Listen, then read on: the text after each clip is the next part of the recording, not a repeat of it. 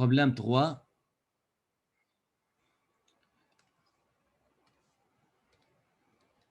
OK. Ici, écoutez, on va étudier maintenant, on va calculer le flux ou le débit d'écoulement dans un tube. Normalement, quand je dis on calcule le débit, ça veut dire on doit calculer A fois V. V, c'est la vitesse. Laissez-moi expliquer avant, il y a plusieurs méthodes pour calculer le débit dedans. Normalement, pour calculer le débit volumique, QV, on doit trouver la vitesse des dents, du fluide dedans. Et par rapport à la section du tube, c'est facile à calculer. Normalement, si on a un tube bien fermé, on ne peut pas voir la quantité de fluide par unité de temps. Alors, on ne peut pas trouver Q. Il faut trouver une méthode pour trouver cette valeur. Une de ces méthodes, c'est avoir cette configuration. OK? Qu'est-ce qu'on a ici? On a un tube en forme cône, comme celui-là. On a deux sections différentes. Là, on a une large section et là, on a une petite section. Qu'est-ce qu'on fait? On peut accrocher un manomètre comme ça.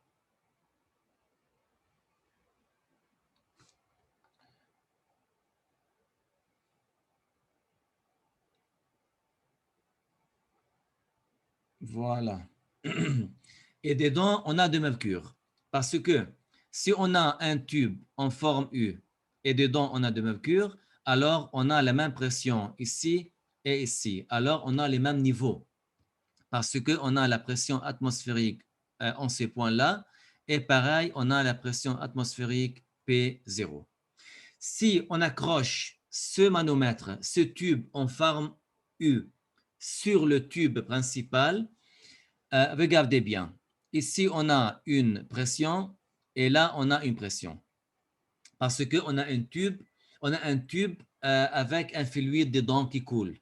Alors, il faut appliquer ici l'équation de Bernoulli pour étudier le tube et aussi on peut appliquer l'équation de continuité.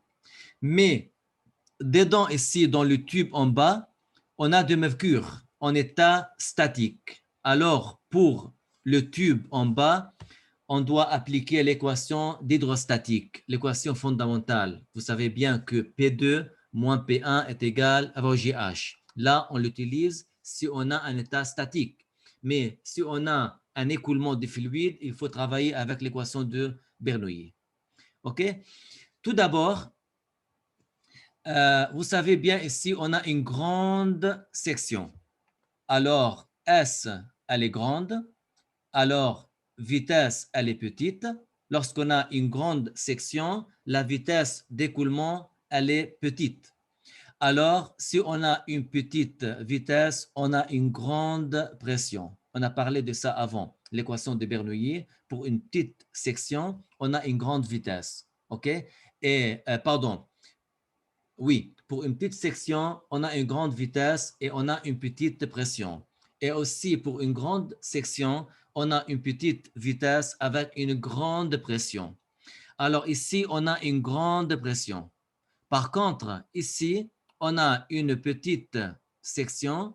Alors, on a une grande vitesse. Comme j'ai dit avant, si vous mettez vos doigts sur le bout d'un tube, vous rétrécissez la section, alors la vitesse va augmenter de fluide.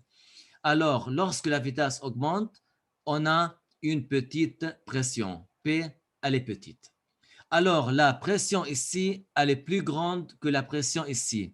Alors, le mercure va pousser vers le bas plus sur le côté gauche que le côté droit. On peut trouver ici comme celui-là. Alors, si vous voyez maintenant la configuration ici, on a le tube, il est connecté de deux côtés sur le tube principal.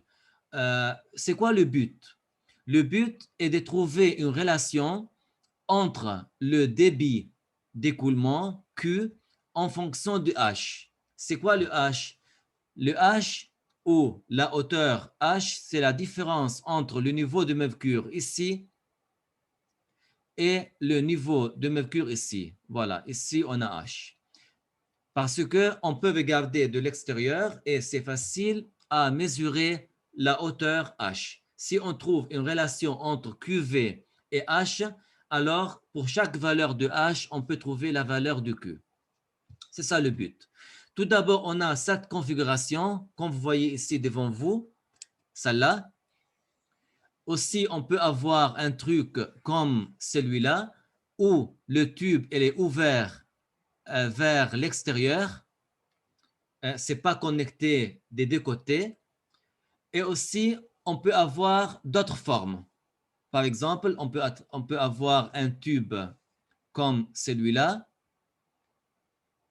On peut mettre un tube en forme conique, comme ça. Là, on peut ouvrir là et là pour lancer un tube ici et ici. OK? Alors, pareil. Comme on a ici une grande section, alors on a une petite vitesse. Une petite vitesse, alors on a une grande pression en ces points-là.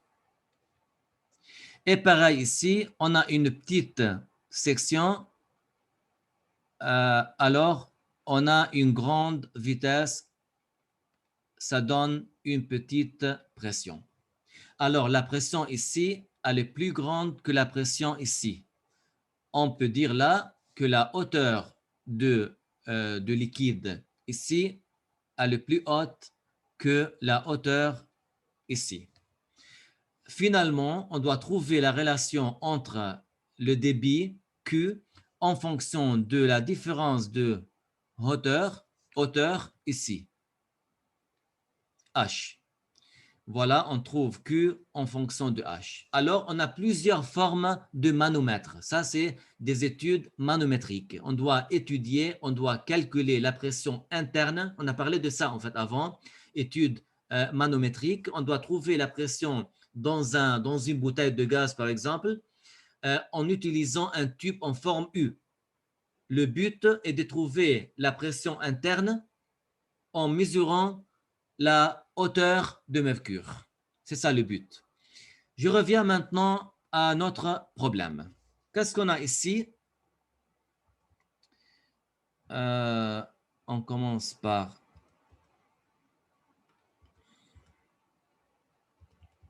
des secondes. Voilà. Ici, on a la buse. La buse, ça veut dire, vous voyez bien, c'est un tube avec deux sections différentes. OK? Comme vous voyez ici, d'un manomètre en U. Voilà, ici, on a un manomètre en U, comme vous voyez, qui contient de mercure. On a de mercure dedans. Tout d'abord, on va étudier juste la buse. Quand je dis la buse, ça veut dire on va étudier le fluide dynamique. On va utiliser les équations qui concernent le cas dynamique. Ça veut dire Bernoulli et la continuité. Juste ça.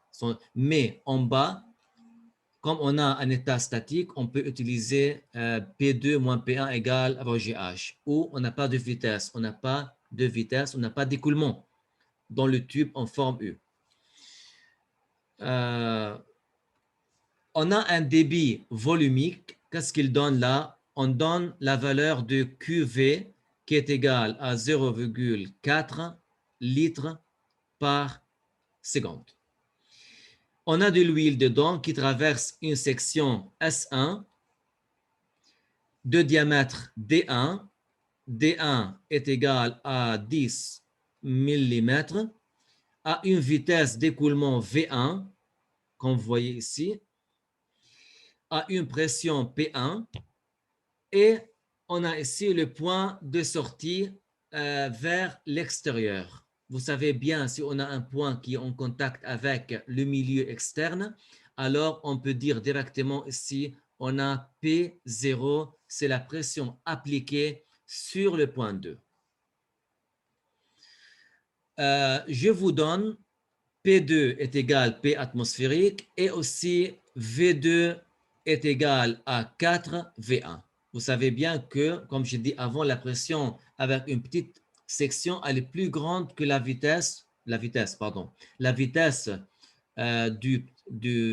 tube de petite section, elle est plus grande que la vitesse d'un tube d'une grande section. Tout d'abord, on suppose que le fluide est parfait. Ça veut dire qu'on ne prend pas en compte la viscosité du fluide. Okay? La buse est maintenue horizontale. Ça veut dire qu'on a la buse, le point au milieu, en la même hauteur. Okay?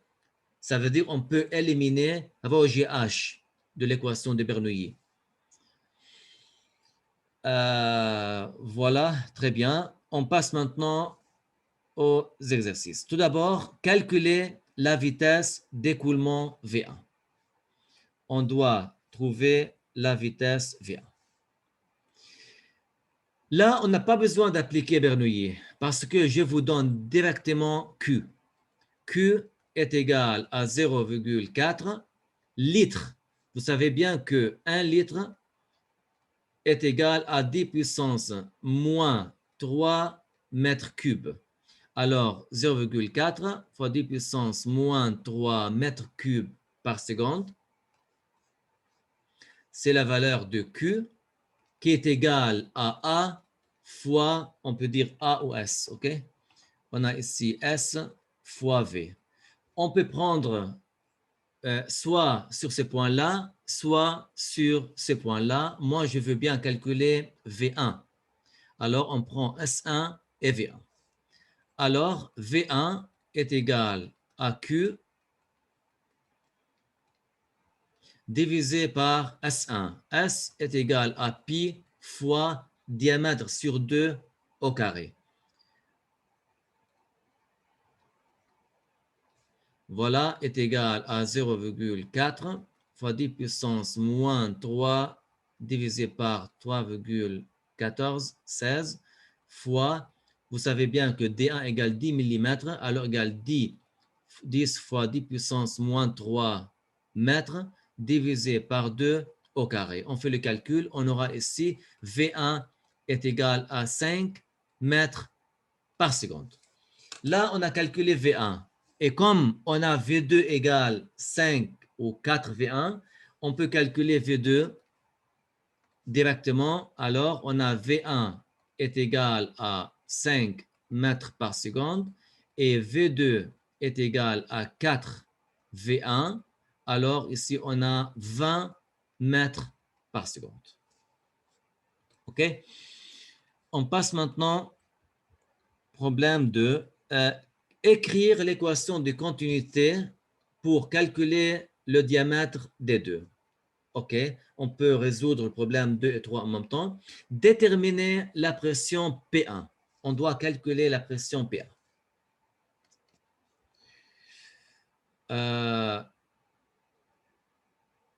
Alors, là, il faut appliquer la loi de Bernoulli entre le point 1 et le point 2. Vous savez bien que P1 plus GH1 plus rho sur 2 V1 au carré est égal à P2 plus rho G H2 rho sur 2 V2 au carré. Vous savez bien que H1 et H2 ont la même hauteur. OK? Comme ça, on mesure la hauteur en fonction d'un axe de référence.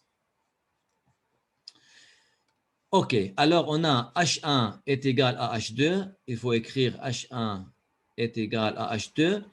On a V1 et V2 sont déjà calculés.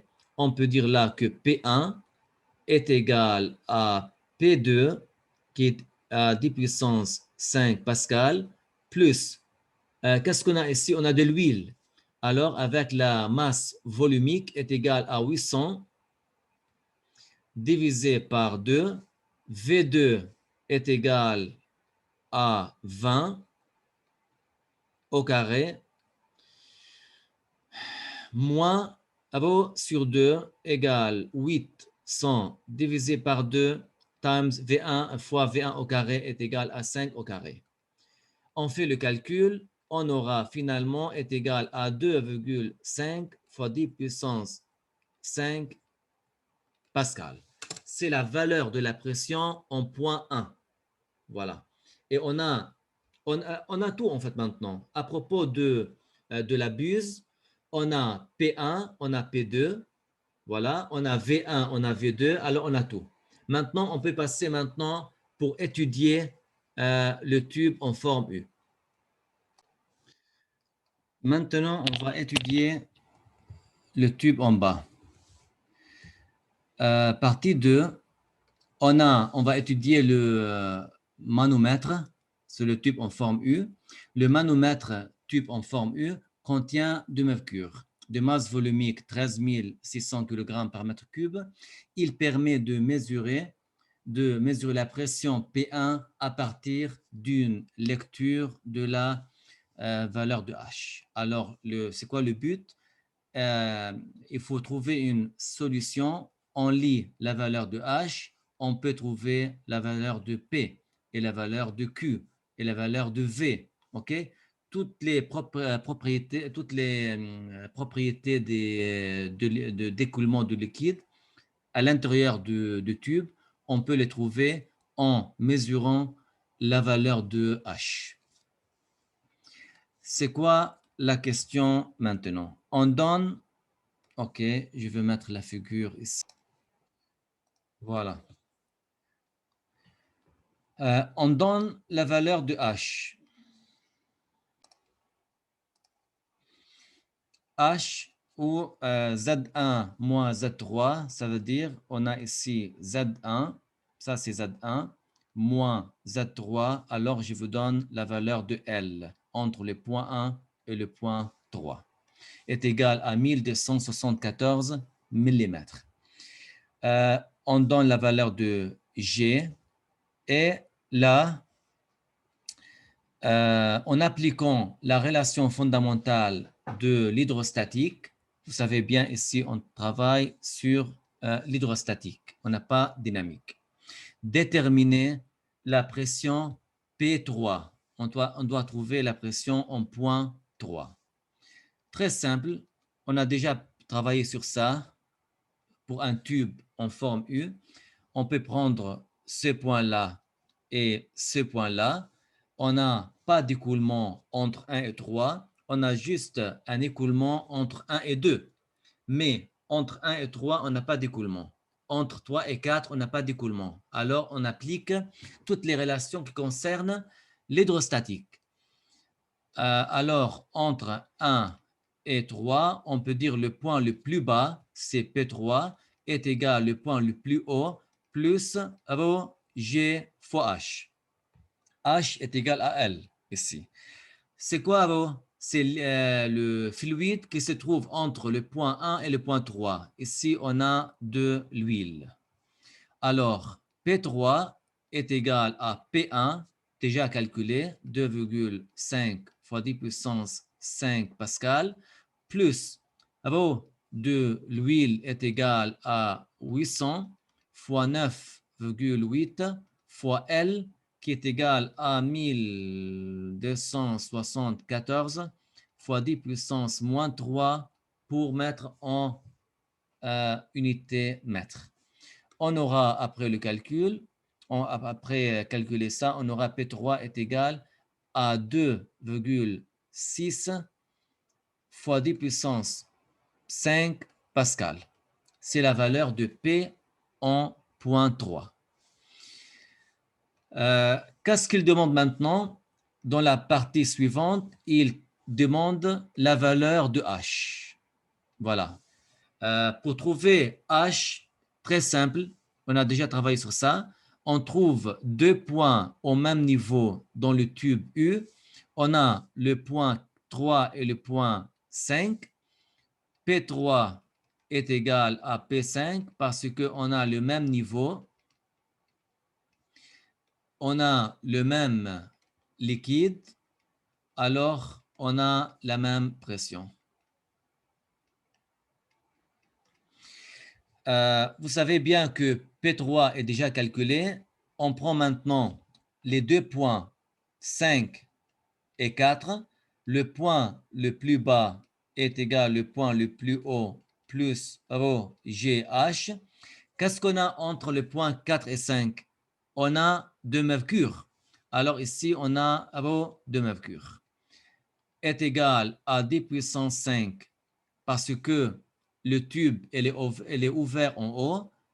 On a ici la pression atmosphérique appliquée sur le mercure dans le tube, ce côté-là. Plus mercure est égal, la densité ou la masse volumique est égale 13 600 fois 9,8 fois H. OK? Voilà. On a ici P3 est égal à P5. Alors, P3 est égal, déjà calculé 2,6 fois 10 puissance 5 pascal est égal à 10 puissance 5 plus 13 609,8 fois H. On peut calculer H en mètres. OK? Voilà, on le calcule. Est égal à 1,2 mètres. C'est la valeur de H. Alors, le but là, comme vous voyez bien ici, je vous donne de début la valeur de Q, la valeur de débit, et à la fin, on a calculé la valeur de H. Ça peut être l'inverse. Je vous donne, par exemple, H. Finalement, il faut trouver la valeur de H et Q. On donne la valeur de H, il faut trouver la valeur de Q.